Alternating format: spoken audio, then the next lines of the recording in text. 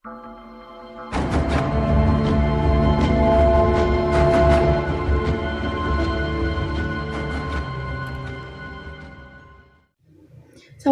warahmatullahi wabarakatuh. Welcome to my channel.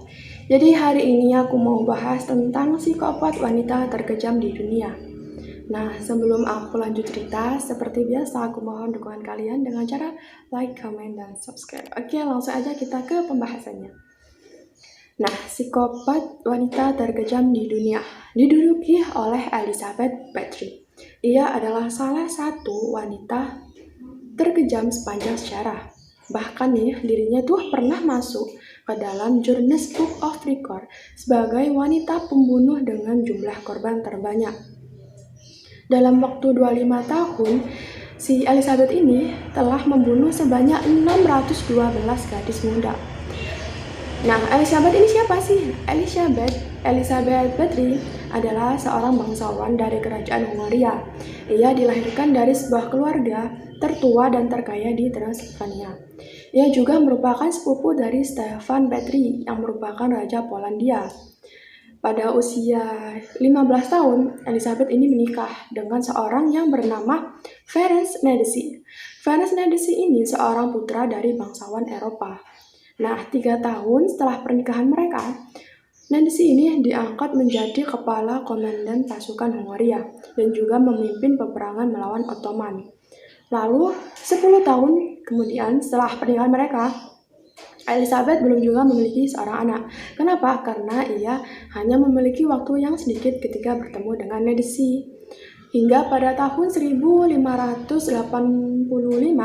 Elizabeth ini melahirkan seorang anak perempuan yang ia beri nama Anna. 9 tahun berikutnya, ia melahirkan 2 anak perempuan yang ia beri nama Ursula dan Katrina. Lalu pada tahun 1598, Elizabeth melahirkan seorang putra laki-laki yang ia beri nama Paul. Lalu pada tahun 1600, si Nedesi ini meninggal dunia di usia 51 tahun.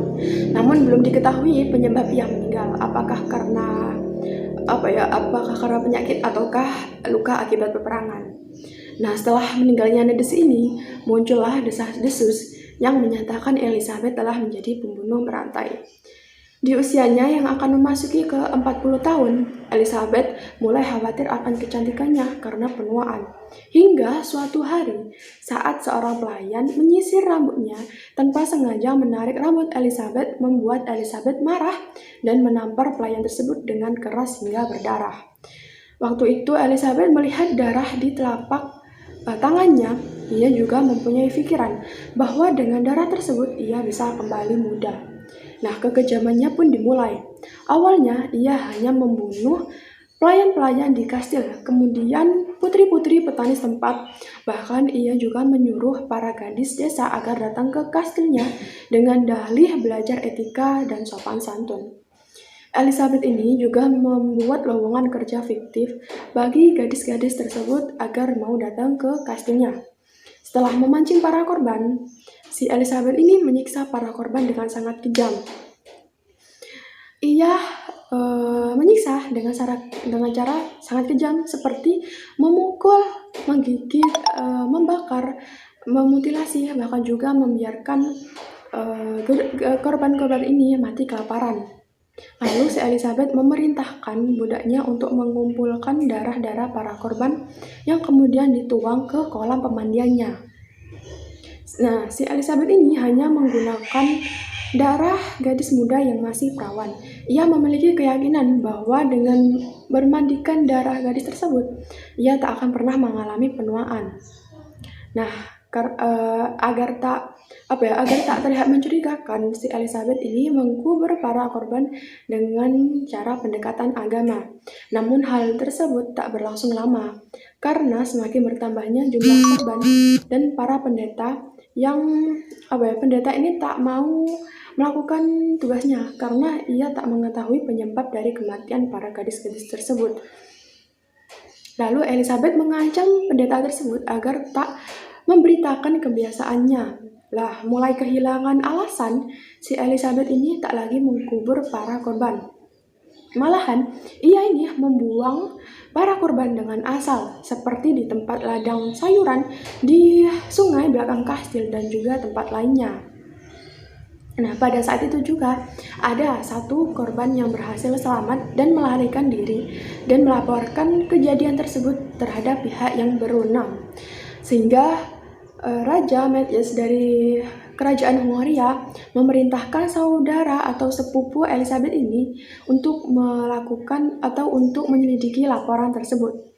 Sehingga pada tanggal 30 Desember 1610, mereka mendatangi kastil Elizabeth dan melihat pemandangan yang mengerikan. Di ruang utama, mereka melihat para gadis yang meninggal akibat kekurangan darah atau kehabisan darah. Lalu mereka juga melihat gadis-gadis yang masih hidup, namun penuh dengan tusukan di badannya, bekas tusukan.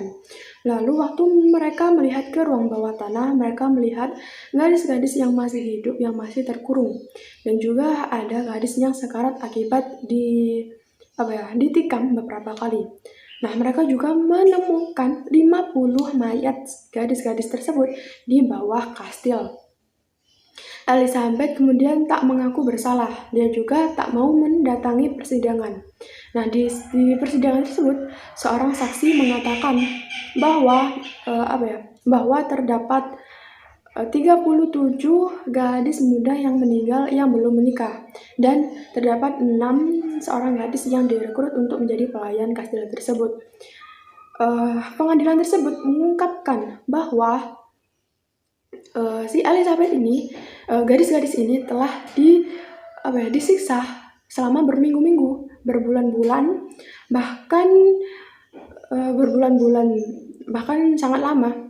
Nah, mereka itu dipotong dengan cara digunting, ditusuk dengan sebuah pin, bahkan mereka juga diikat di atas langit-langit hanya untuk membuat pancuran darah. Kemudian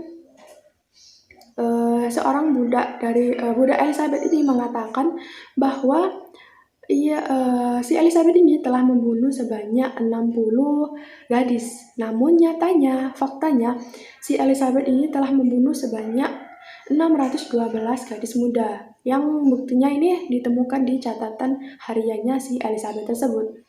Nah, akibatnya semua orang yang terlibat dalam pembunuhan tersebut dihukum mati dengan cara dipenggal, kecuali si Elizabeth. Kenapa Elizabeth tak dihukum mati? Karena ia menyandang status bangsawan. Nah, ia kan menyandang status bangsawan nih, sehingga hukum itu tidak boleh diberikan kepadanya, sehingga selamanya ia tak pernah dihukum. Namun ia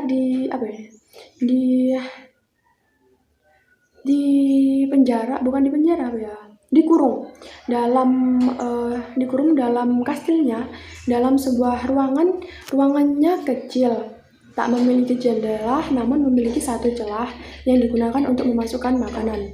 Nah, pada tahun 1614 atau berapa, si Elizabeth ini meninggal di usianya yang ke-54 tahun di kastilnya sendiri. Jadi itu adalah kisah dari psikopat terkejam di dunia atau psikopat wanita. Nah, jangan lupa terus dukung aku dengan cara subscribe, dan juga jangan lupa nyalain loncengnya ya, supaya kalian nanti dapat pemberitahuan ketika aku update video-video terbaru. Dan terima kasih telah melihat channelku. Assalamualaikum warahmatullahi wabarakatuh. Bye-bye.